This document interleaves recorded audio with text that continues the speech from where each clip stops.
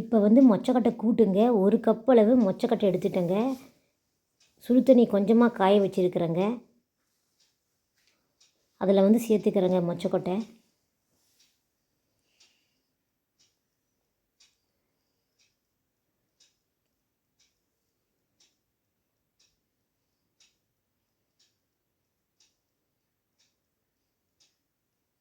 வேகும்போது கொஞ்சமாக மஞ்சத்தூள் சேர்த்துக்கணுங்க.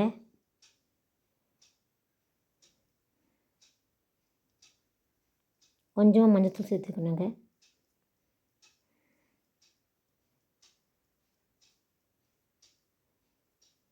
நிறையா குழம்பு வச்சா மொச்சக்கொட்டை வந்து 2 கப்பு சேர்த்துக்கலாங்க. நான் கொஞ்சமாக வைக்கிறதுனால 1 கப்பு தான் சேர்த்துக்கிட்டேன் சின்ன கப்பில்.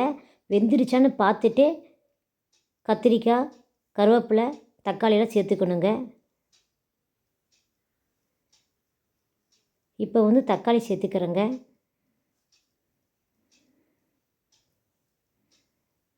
கொஞ்சம் கருவேப்பிலை சேர்த்துக்கிறேங்க. 3 கத்திரிக்காவை சின்ன சின்ன கட் பண்ணி நல்லா கழுவிக்கணுங்க. கழுவி தான் போடணுங்க. இந்த வீடியோ பிடிச்சிருந்தால் லைக் பண்ணுங்கள், ஷேர் பண்ணுங்கள், பெல் பட்டன் அப்படியே ஞாபகமாக அழுத்திடுங்க.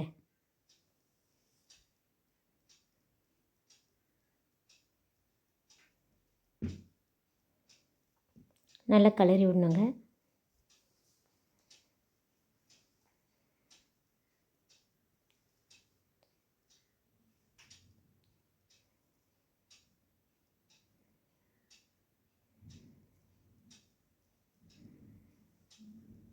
கொஞ்சமாக மிளகாத்தூள் சேர்த்துக்கணுங்க.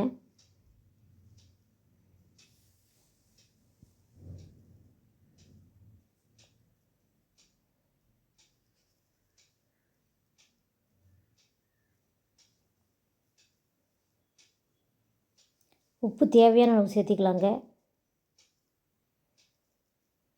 உங்களுக்கு தேவைன்னா கொஞ்சம் புளி ஊற்றிக்கலாங்க. நான் புளி ஊற்றிக்கல. நான் தக்காளியே 2 அறுத்து போட்டுட்டேன். குழம்பு கொஞ்சமாக தான் வேணும்னு தக்காளி போட்டுங்க. உங்களுக்கு நிறையா குழம்பு வேணும்னா இதில் வந்து புளி ஊற்றிக்கலாங்க கொஞ்சமாக.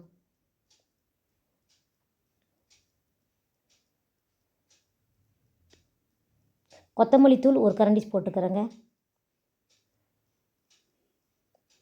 நல்லா வெந்துருச்சுங்க. நல்லா கெட்டியாகிடுச்சிங்க. ஒரு 10 நிமிஷம் மூடி வச்சா நல்லா கெட்டியாகிடுங்க. இதில் ஆயில் கொஞ்சம் ஊற்றி கடுகு உளுத்தம் பருப்பு, பெருங்காயத்தூள் போட்டு நல்லா தாளித்து ஊற்றணுங்க. எவ்வளோ ஆயில் தேவையோ அவ்வளோ ஊற்றிக்கலாங்க. மெயினாக பெருங்காயம் தூள் கொஞ்சமாக சேர்த்துக்கணுங்க. அப்போ தான் வாசமாக இருக்கும். இந்த கூட்டுக்கு நல்லாயிருக்கும். இதில் ஊற்றிக்கணுங்க, தாளித்து ஊற்றிக்கணுங்க.